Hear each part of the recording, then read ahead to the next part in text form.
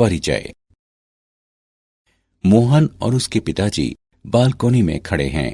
वे प्रातःकाल की ताजी हवा का आनंद ले रहे हैं। मोहन सड़क की ओर उत्साहपूर्वक कुछ देख रहा है। पिताजी, बिजली के खंभों पर वह स्लेटी रंग का बॉक्स जैसा क्या रखा हुआ है? बेटा, वह एक ट्रांसफार्मर है। ठीक है पिताजी, और इसका उपयोग क्यों किया जाता है, कृपया मुझे बताएं। बेटा, इसका उपयोग विद्युत की वोल्टता कम करने के लिए किया जाता है। ऊर्जा केंद्रों पर उत्पादित की जाने वाली विद्युत की वोल्टता कई हजार होती है।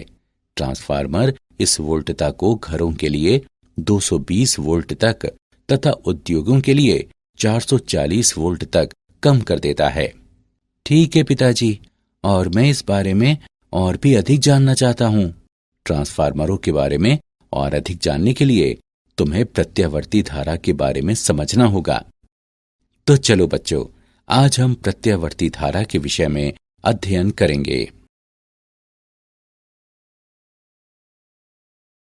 उद्देश्य।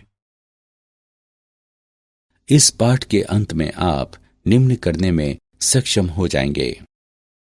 श्रेणीबद्ध एलसीआर परिपथ का विश्लेषण करना, प्रतिबाधा त्रिभुज को निरूपित करना, एलसीआर परिपथ में अनुनाद की व्याख्या करना, एलसीआर परिपथ में अनुनाद की तीक्ष्णता का वर्णन करना, शक्ति गुणांक की गणना करना, एलसी दोलनों का वर्णन करना, ट्रांसफार्मरों को परिभाषित करना, ट्रांसफार्मरों के प्रकारों को समझना, ट्रांसफार्मरों में ऊर्जा क्षय का विवेचन करना।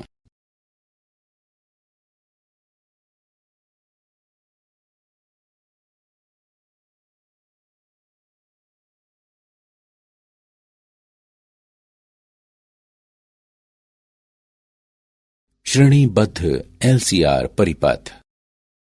एक परिपथ पर विचार करें जिसमें प्रतिरोध R का एक प्रतिरोधक, प्रेरकत्व L का एक प्रेरक और संधारिता C का एक संधारित्र एक AC स्रोत पर श्रेणी क्रम में संयोजित हैं। माना कि स्रोत वोल्टता Vm sin ओमेगा t के बराबर है। लूप पर किरचॉफ का नियम प्रयुक्त करने पर हम प्राप्त करते हैं कि V बराबर VR plus VL plus VC। ऊर्ध्व अक्ष पर किसी क्षण में VR का प्रक्षेप VR के बराबर होता है, जिसका अधिकतम मान Im और R का गुणनफल होता है। धारा फेजर I से पाई बटे 2 आगे फेजर VL प्रेरक पर वोल्टता प्रदर्शित करता है। किसी क्षण में ऊर्ध्व अक्ष पर इसका प्रक्षेप VL होता है, जिसका अधिकतम मान Im और XL का गुणनफल होता है। धारा फेजर I से पाई बटे 2 पीछे फेजर VC संधारित्र पर वोल्टता प्रदर्शित करता है। किसी क्षण में ऊर्ध्व अक्ष पर इसका प्रक्षेप VC होता है, जिसका अधिकतम मान Im और XC का गुणनफल होता है। अब हम वोल्टता फेजरों VR, VL और VC को सदिशीय रूप से जोड़ते हुए फेजर V प्राप्त करते हैं, जो परिपथ पर नेट वोल्टता दर्शाता है। V अधिकतम बराबर वर्गमूल VR अधिकतम वर्ग प्लस VC अधिकतम माइनस VL अधिकतम वर्ग। समकोण त्रिभुज नेट वोल्टता तथा कला कोण के अधिकतम मान का समीकरण प्रदान करता है। tan phi बराबर VC अधिकतम माइनस VL अधिकतम बटे VR अधिकतम। ओम का नियम प्रयोग करने पर हम पाते हैं कि Vm बराबर Im गुणे वर्गमूल R वर्ग प्लस XC माइनस XL वर्ग। हम परिपथ की प्रतिबाधा वर्गमूल R वर्ग प्लस XC माइनस XL वर्ग के रूप में प्राप्त करते हैं। अब उपरोक्त समीकरण निम्न रूप लेता है। Vm बराबर Im और Z का गुणनफल। हम इस समीकरण को निम्न रूप में भी लिख सकते हैं, Im बराबर Vm बटे Z या I RMS बराबर V RMS बटे Z। श्रेणीबद्ध LCR परिपथ का फेजर चित्र। हल। परिपथ के सभी बिंदुओं पर तात्क्षणिक धारा का मान समान रहता है। I बराबर Im sine omega t plus phi, जहां फाई स्रोत पर वोल्टता तथा परिपथ में धारा के बीच कला अंतर है। तीनों घटकों पर तात्क्षणिक वोल्टता के तात्क्षणिक धारा से निम्न कला संबंध होंगे। प्रतिरोधक VR पर तात्क्षणिक वोल्टता तात्क्षणिक धारा I के साथ कला में है। प्रेरक VL पर तात्क्षणिक वोल्टता धारा I से पाई बटे 2 आगे है। संधारित्र VC पर तात्क्षणिक वोल्टता धारा I से पाई बटे 2 पीछे है। प्रतिबाधा त्रिभुज। प्रतिबाधा त्रिभुज का उपयोग प्रतिबाधा की गणना करने के लिए किया जा सकता है। जब प्रतिरोध, प्रेरकत्व तथा संधारिता सभी परिपथ में उपस्थित हों और प्रेरक प्रतिघात तथा धारिता प्रतिघात के बीच का अंतर कुल प्रतिघात हो। Z बराबर वर्गमूल R वर्ग प्लस XC माइनस XL वर्ग। विकर्ण रूप में प्रतिबाधा Z के साथ समकोण प्राप्त होता है। राशि XL माइनस XC परिपथ का प्रतिघात कहलाती है, जिसे X से निर्दिष्ट किया जाता है। tan phi बराबर XC माइनस XL बटे R। LCR परिपथ में अनुनाद। अनुनाद ऐसे निकायों में घटित होता है जिनमें किसी विशिष्ट आवृत्ति से दोलन करने की प्रवृत्ति होती है। जब इस प्राकृतिक आवृत्ति के एकदम बराबर आवृत्ति वाला एक आवधिक बाह्य बल इस निकाय पर लगाया जाता है। अनुनाद में बाह्य आवधिक बल द्वारा निकाय को दी जाने वाली ऊर्जा अधिकतम संभव दर पर होने पर निकाय में विशाल आयाम वाली दोलन गति होती है। आवृत्ति ओमेगा नॉट जिस पर धारा आयाम अधिकतम हो जाता है, परिपथ की अनुनाद आवृत्ति कहलाती है। ओमेगा नॉट बराबर 1 बटे वर्गमूल LC होता है। अनुनाद में धारा दोलनों का आयाम पूरी तरह से प्रतिरोध R द्वारा निर्धारित किया जाता है। Im अधिकतम बराबर Vm बटे R होता है। LCR परिपथ में अनुनाद में तात्क्षणिक धारा I तथा वोल्टता V कला में होते हैं। LCR परिपथ में अनुनाद की तीक्ष्णता। वैद्युतिक अनुनाद पर प्रतिरोध का प्रभाव अनुनाद वक्र की तीक्ष्णता को क्षीण करता है। प्रतिरोध जितना ही छोटा होगा, अनुनाद वक्र उतना ही तीक्ष्ण होगा। परिपथ का गुणवत्ता गुणांक Q ओमेगा नॉट L बटे R होता है या 1 बटे ओमेगा नॉट CR। गुणवत्ता गुणांक का उपयोग अनुनाद शिखरों की तीक्ष्णता को वर्णित करने के लिए किया जाता है। यदि R छोटा या L बड़ा है तो ये इंगित करता है कि अनुनाद अधिक तीक्ष्ण है तथा परिपथ अधिक चयनात्मक है।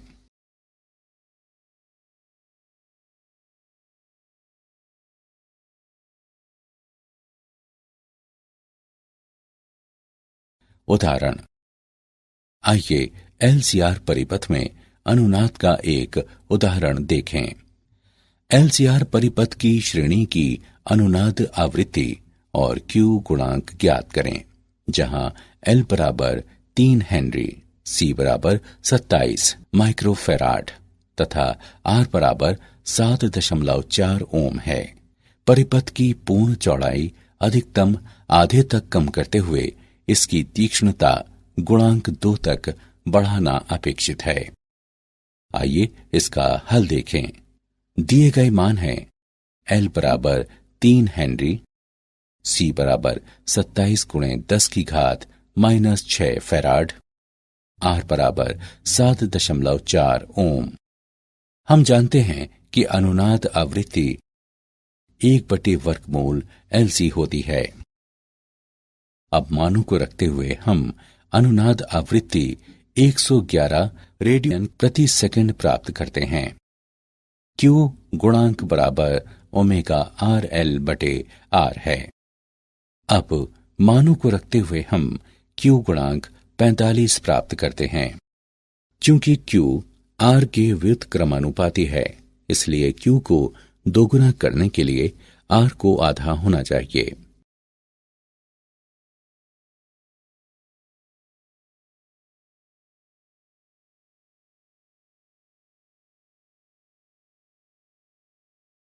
शक्ति गुणांक।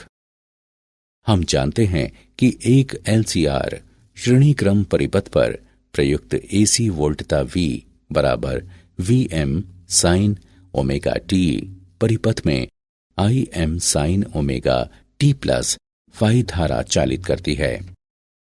परिपथ में विसरित तात्क्षणिक शक्ति है P बराबर VI। एक पूर्ण चक्र पर शक्ति का समय माध्य VRMS गुणे IRMS गुणे cos फाई।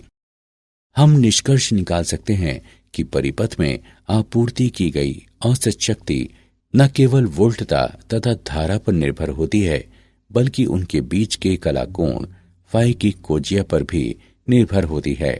cos फाई को परिपथ का शक्ति गुणांक भी कहा जाता है। प्रतिबाधा आरेख से हम शक्ति गुणांक को निम्नवत परिभाषित कर सकते हैं। cos फाई बराबर R बटे Z, जो R बटे वर्गमूल R वर्ग प्लस XL माइनस XC वर्ग के बराबर है। अब हम एक पूर्ण चक्र पर शक्ति का माध्य समय आगणित करने के लिए उपरोक्त दोनों समीकरणों का उपयोग करते हैं। P बार बराबर IRMS वर्ग तथा R का गुणनफल।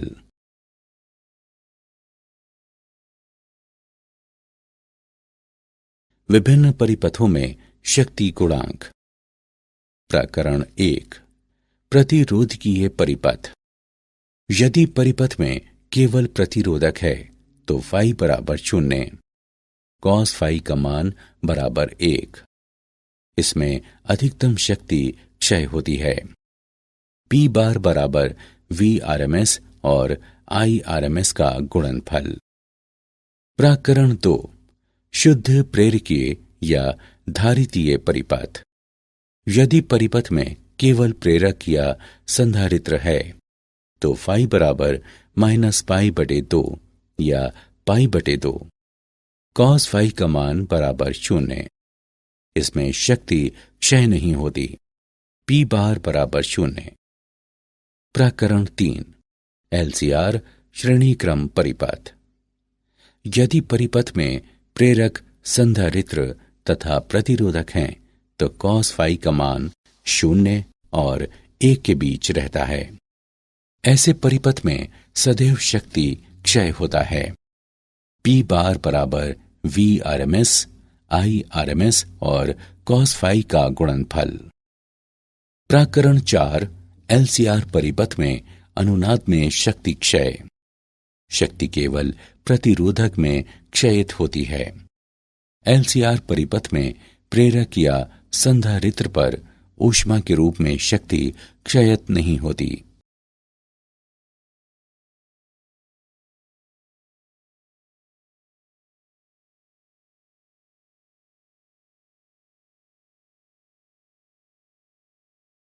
LC दोलन।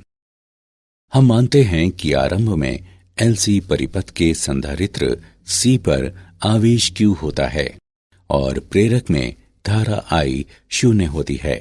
उस समय संधारित्र के वैद्युतिक क्षेत्र में संचित ऊर्जा UE होती है तथा प्रेरक में संचित ऊर्जा UB 0 होती है। संधारित्र अब प्रेरक के माध्यम से निरावेशित होना आरंभ हो जाता है। धारा वामावर्त प्रवाहित होनी आरंभ हो जाती है। संधारित्र पर आवेश घटता है, लेकिन प्रेरक के चुंबकीय क्षेत्र में ऊर्जा बढ़ जाती है। ऊर्जा संधारित्र से प्रेरक में स्थानांतरित की जाती है। संधारित्र में संचित ऊर्जा पूर्ण रूप से प्रेरक के चुंबकीय क्षेत्र में स्थानांतरित कर दी जाती है। इस चरण में प्रेरक में धारा का मान अधिकतम हो जाता है। अब प्रेरक से ऊर्जा का प्रवाह वापस संधारित्र की ओर बहने लगता है, क्योंकि विद्युत क्षेत्र पुनः बन जाता है। प्रेरक से संधारित्र की ओर समस्त ऊर्जा का स्थानांतरण होता है। ये परिस्थिति आरंभिक परिस्थिति के समान होती है, सिवाय इसके कि संधारित्र विपरीत आवेशित होता है। संधारित्र पुनः निरावेशित होना शुरू हो जाता है। धारा अब दक्षिणावर्ती दिशा में प्रवाहित होती है। संधारित्र में संचित समस्त ऊर्जा प्रेरक के चुंबकीय क्षेत्र पर स्थानांतरित कर दी जाती है। ऊर्जा अब प्रेरक से वापस संधारित्र की ओर प्रवाहित होने लगती है। ऊर्जा का निरंतर आवागमन संधारित्र के विद्युत क्षेत्र तथा प्रेरक के चुंबकीय क्षेत्र के बीच होता रहता है। यह प्रक्रिया V की निश्चित आवृत्ति पर जारी रहती है। यदि LC परिपथ में प्रतिरोध उपस्थित न हो तो LC दोलन अनंत काल तक जारी रहेंगे।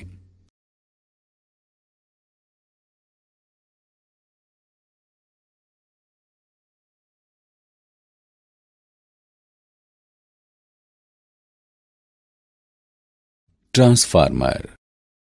ट्रांसफार्मर ऐसी युक्ति होती है जो AC वोल्टता व धारा का आयाम घटाने या बढ़ाने के लिए उपयोग की जाती है। ट्रांसफार्मर में कोमल लौह क्रोड होती है, जिस पर तारों की दो कुंडलियां लिपटी होती हैं। एक प्राथमिक कुंडली कहलाती है, जिस पर NP लपेटे होते हैं, और दूसरी द्वितीयक कुंडली कहलाती है, जिस पर NS लपेटे होते हैं। प्राथमिक कुंडली AC EMF स्रोत से जुड़ी होती है। द्वितीय कुंडली ट्रांसफार्मर का आउटपुट प्रदान करती है। कोमल लौह क्रोड का उपयोग चुंबकीय फ्लक्स बढ़ाने तथा एक माध्यम उपलब्ध कराने के लिए किया जाता है, जिसमें एक कुंडली के माध्यम से लगभग समस्त फ्लक्स अन्य में चला जाता है। प्राथमिक और द्वितीय कुंडलियों के माध्यम से फ्लक्स परिवर्तित भी होता रहता है, और इसलिए दोनों कुंडलियों में एक EMF प्रेरित होता है। ट्रांसफार्मर की क्रियाविधि। जब प्राथमिक कुंडली के सिरों के बीच प्रत्यावर्ती वोल्टता लगाई जाती है, तो प्रत्यावर्ती धारा इसमें लौह क्रोड में एक परिवर्तनशील चुंबकीय क्षेत्र उत्पन्न करती है। चूंकि चुंबकीय क्षेत्र परिवर्तनशील होता है, इसलिए प्राथमिक और द्वितीय कुंडलियों के माध्यम से फ्लक्स परिवर्तित भी होता रहता है, और इसलिए दोनों कुंडलियों में एक EMF प्रेरित होता है। माना कि फाई दोनों कुंडलियों के प्रत्येक लपेटे के माध्यम से चुंबकीय फ्लक्स हैं। पारस्परिक प्रेरण के कारण द्वितीयक में EMF प्रेरित होता है। ES बराबर -NS d फाई बटे dt। प्राथमिक कुंडली में स्वप्रेरण से EMF प्रेरित होता है। EP बराबर -NPd फाई बटे dt। अब दोनों समीकरणों को विभाजित करने पर हम पाते हैं कि ES बटे EP बराबर NS बटे NP। ये समीकरण ट्रांसफार्मर समीकरण कहलाता है। इसे टर्मिनल वोल्टता के रूप में निम्नवत लिखा जा सकता है। VS बटे VP बराबर NS बटे NP। अनुपात NS बटे NP ट्रांसफार्मर के लपेटों का अनुपात कहलाता है। ट्रांसफार्मरों के प्रकार। ट्रांसफार्मर दो प्रकार के होते हैं। उच्चाई ट्रांसफार्मर, जब द्वितीयक वोल्टता प्राथमिक वोल्टता से उच्चतर होती है तो ऐसा ट्रांसफार्मर उच्चाई ट्रांसफार्मर कहलाता है। अपचयी ट्रांसफार्मर, जब द्वितीयक वोल्टता प्राथमिक वोल्टता से निम्नतर होती है तो ऐसा ट्रांसफार्मर अपचयी ट्रांसफार्मर कहलाता है। वोल्टता को उच्चायित करने वाला ट्रांसफार्मर साथ ही साथ धारा को अपचयित भी करता है, जबकि वोल्टता को अपचयित करने वाला ट्रांसफार्मर साथ ही साथ धारा को उच्चायित भी करता है। IS/IP बराबर VP/VS बराबर NP/NS।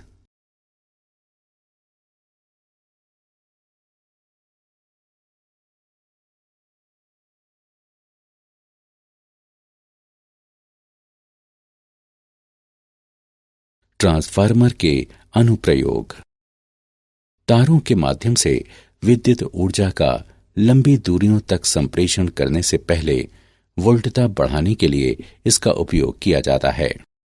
ये विद्युत आपूर्ति उद्योग के आधार हैं, जिनके कारण मांग क्षेत्रों से सुदूर स्थित क्षेत्रों में विद्युत उत्पादन संभव हो पाता है। निम्न वोल्टता परिपथों वाले विद्युत उत्पादों के अनुसार उपयुक्त स्तर तक आपूर्ति वोल्टता को कम करने के लिए इनमें ट्रांसफार्मरों का काफी उपयोग किया जाता है। आवर्धकों के स्तर युग्मित करने के लिए और माइक्रोफोन व रिकॉर्ड प्लेयर जैसी युक्तियों को आवर्धकों के इनपुट से मिलान कराने के लिए सिग्नल तथा ऑडियो ट्रांसफार्मरों का उपयोग किया जाता है। ऑडियो ट्रांसफार्मरों के कारण ही टेलीफोन परिपथों में तारों के एकल युग्म में दो तरफा संप्रेषण कराना संभव होता है।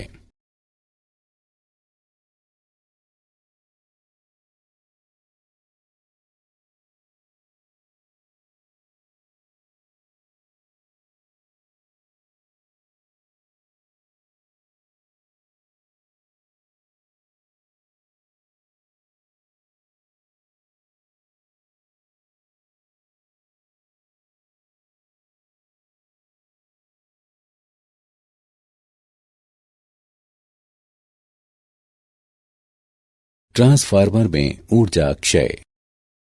ट्रांसफार्मर में कुछ ऊर्जा क्षय निम्न अनुसार हैं। फ्लक्स क्षरण, ऊर्जा का क्षय होता है जब प्राथमिक द्वारा उत्पन्न समस्त फ्लक्स द्वितीय से नहीं गुजरता।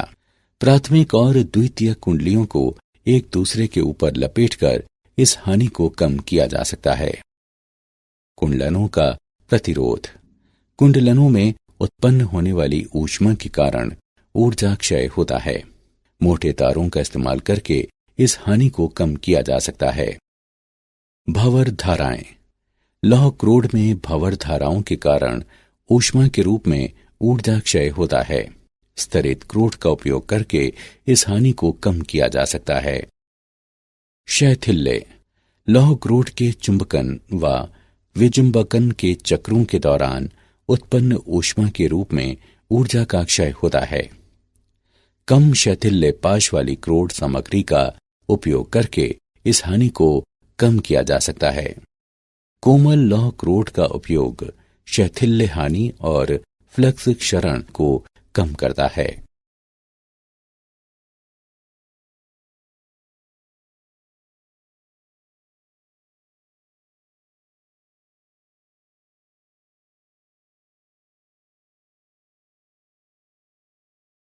क्या आप जानते हैं समानांतर अनुनाद परिपथ का उपयोग रिजेक्टर या फिल्टर परिपथ के रूप में किया जा सकता है। रेडियो ट्रांसमीटरों में ऐसे परिपथ उपयोग किए जाते हैं। सन 1826 में फ्रांसीसी वैज्ञानिक फेलिक्स सावेरी द्वारा ये खोज की गई कि संधारित्र विद्युत दोलन उत्पन्न कर सकता है। रेडियो आवृत्ति ट्रांसफार्मरों को उच्च आवृत्तियों की संकीर्ण परास में दक्षतापूर्वक प्रचालन करने के लिए डिजाइन किया जाता है।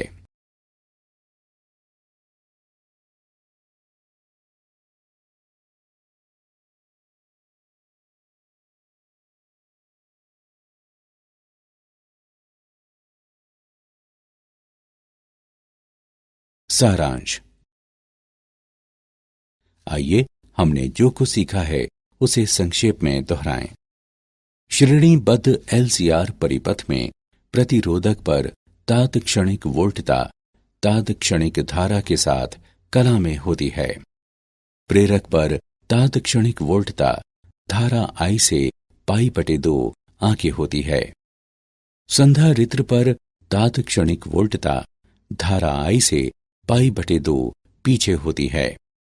प्रतिबाधा त्रिभुज का उपयोग प्रतिबाधा की गणना करने के लिए किया जा सकता है जब प्रतिरोध, प्रेरकत्व तथा संधारिता सभी परिपथ में उपस्थित हों। अनुनाद में बाह्य आवधिक बल द्वारा निकाय को दी जाने वाली ऊर्जा अधिकतम संभव दर पर होने पर निकाय में विशाल आयाम वाली दोलन गति होती है।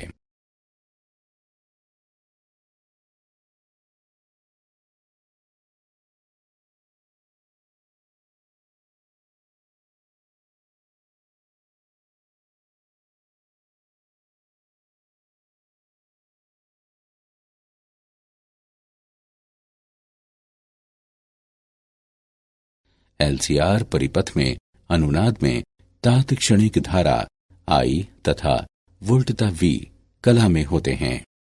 ट्रांसफार्मर ऐसी युक्ति होती है जो एसी वोल्टता व धारा का आयाम घटाने या बढ़ाने के लिए उपयोग की जाती है। ट्रांसफार्मर में कुंडलनों में उत्पन्न होने वाली ऊष्मा के कारण ऊर्जा क्षय होता है।